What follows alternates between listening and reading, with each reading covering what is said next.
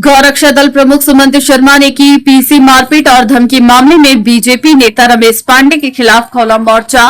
भाजपा नेता ने भी किया पलटवार, कहा चोर मचाए शोर। धनबाद के बरवड्डा थाना क्षेत्र के जीटी रोड अजबडी के पास पिछले दिनों 20 सितंबर को गौवंश से लदे एक कंटेनर के पकड़े जाने और मौके पर हुई गौरक्षा दल प्रमुख की पिटाई मामले में आज शनिवार को गौरक्षक दल धनबाद के प्रमुख सुमंत शर्मा ने गांधी सेवा सदन में प्रेस वार्ता कर इस घटना में पुलिस प्रशासन से मारपीट के आरोपी के खिलाफ कार्रवाई की मांग की है। सुमंत शर्मा ने भाजपा नेता रमेश पांडे पर उनके बॉडीगार्ड पर मारपीट और जान से मारने की धमकी देने का आरोप लगाते हुए कहा कि पिछले दिनों उनकी ओर से बरवड्डा थाना में एक प्राथमिकी भी दर्ज कराई है। इसी मामले में प्रेस वार्ता करते हुए सुमंत शर्मा ने कहा कि हम गायों को बचाने के लिए लगातार कार्य कर रहे हैं। उन्होंने खुद को गौरक्षक दल का प्रमुख बताते हुए कहा कि अब तक उन्होंने सड़क पर लावारिस और बीमार गायों का इलाज कराया है, मुसीबत में फंसे कई गायों को रेस्क्यू कर बचाया है। सुमंत शर्मा ने यह भी कहा कि जब भी गौ तस्करी के लिए ले जाए जा रही गायों के बारे में उन्हें सूचना मिलती है, उनकी टीम पकड़ने की कोशिश की है।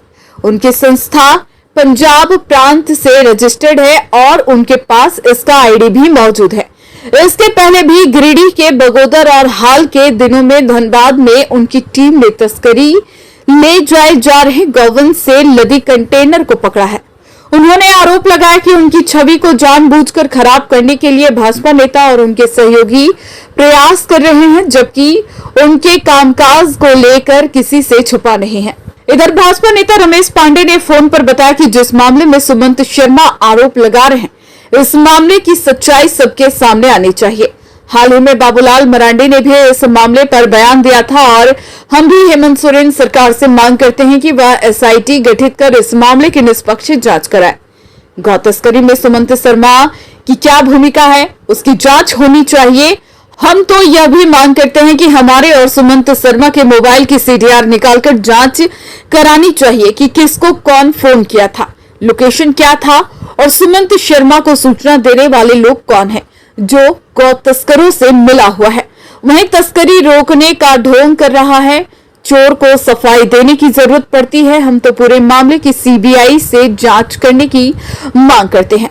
रमेश पांडे ने सुमंत शर्मा पर और भी कई गंभीर एवं व्यक्तिगत आरोप लगाते हुए कहा कि उनकी कार्यशैली की जांच की जानी चाहिए कि उनके किन लोगों के साथ उठना बैठना और धंधा है।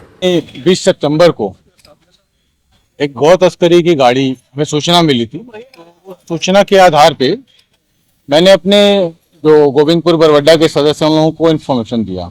उन लोगों ने गाड़ियों को पकड़ने के बाद कुछ देर के बाद मैं वहां पहुंचा। मेरे पहुंचने के बाद तकरीबन 1 घंटे के बाद, आधे घंटे बाद थाना पहुंची और उसके आधे घंटे के बाद वहां पे भाजपा नेता रमेश पांडे आए और आते डायरेक्ट वो गाड़ी में चढ़ गए, गाड़ी की केबिन पे।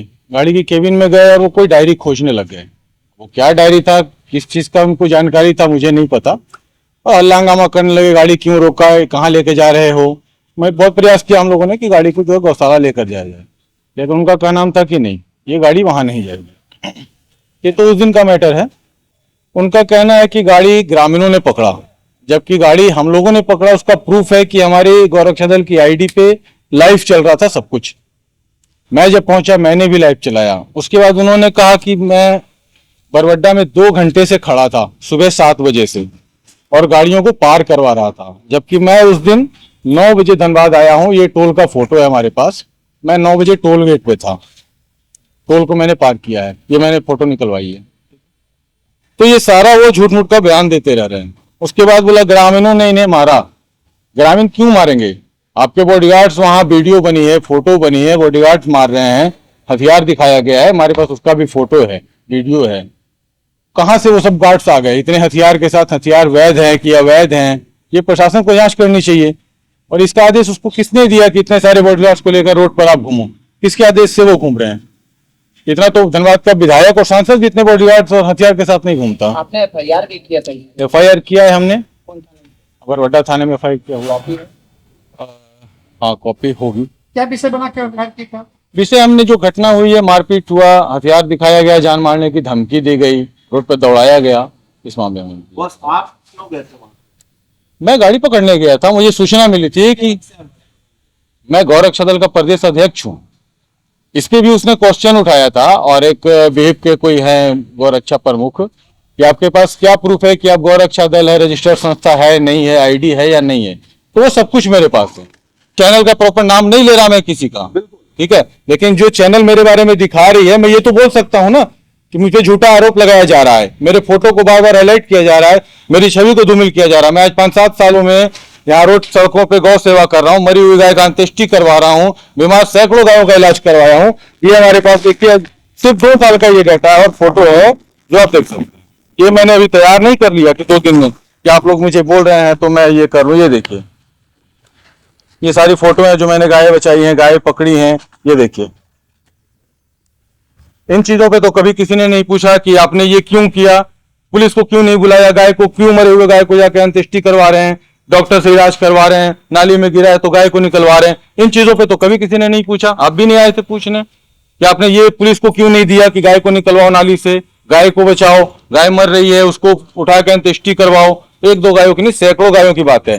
गौशाला में जाके देखिए कितनी गाय मैंने दी है, वहां पे पकड़कर इलाज करने के सारे डॉक्टर से पूछिए।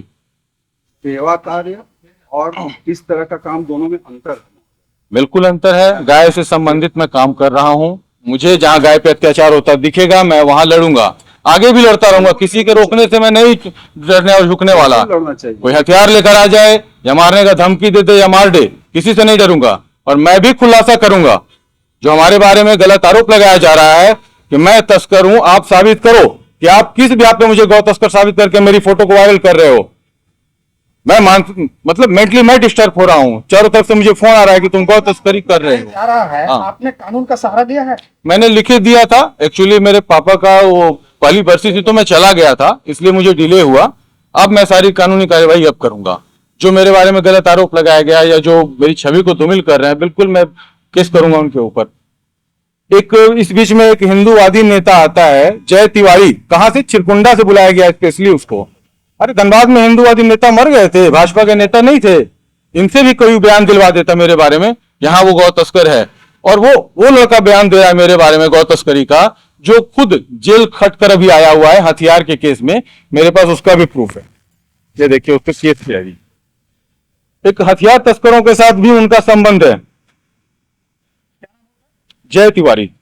वो आके मेरे बारे में कहते हैं कि वो मैं गया था उनके पास तस्करी करवाने के लिए कि तुम तस्करी करो।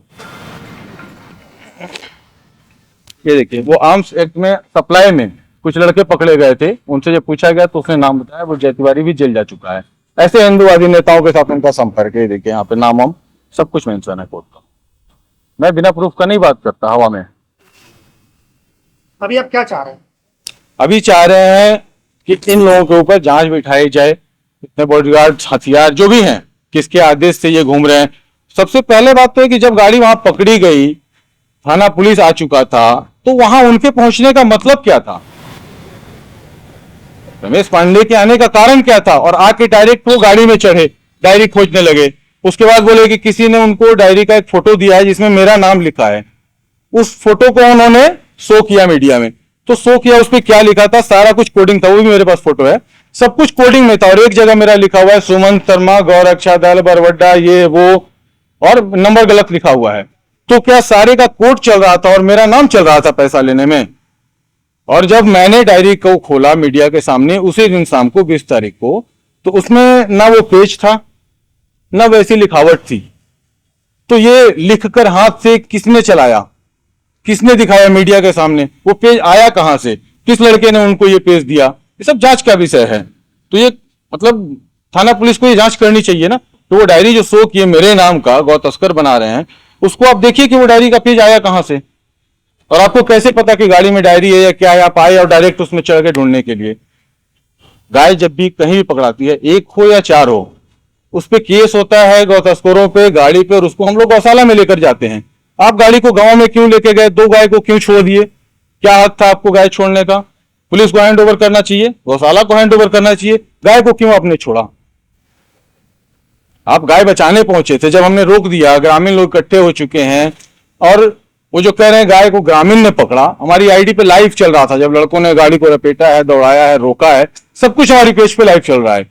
मैं जब पहुंचा हूं आधे घंटे के बाद तो मैं खुद गाड़ी के ऊपर चढ़ा, लाइव मैंने खुद भी किया है, मेरा फेस भी दिखा है उसमें, ये सब कुछ देख सकते हैं। तो सारी चीजें तो वहां पे झूठ बोल रहे हैं कि गाय गाड़ी पकड़ा, गाय को कौन पकड़ा, हमने नहीं पकड़ा, मैं गौरक्षा दल से नहीं हूं, मैं किसी संस्था से नहीं हूं। हमारे पास सारा प्रूफ है, जिसको भी चाहिए मैं दिखाने के लिए रेडी। न्यूज एएनपी के लिए रोहन के साथ कुंवर अभिषेक सिंह की रिपोर्ट।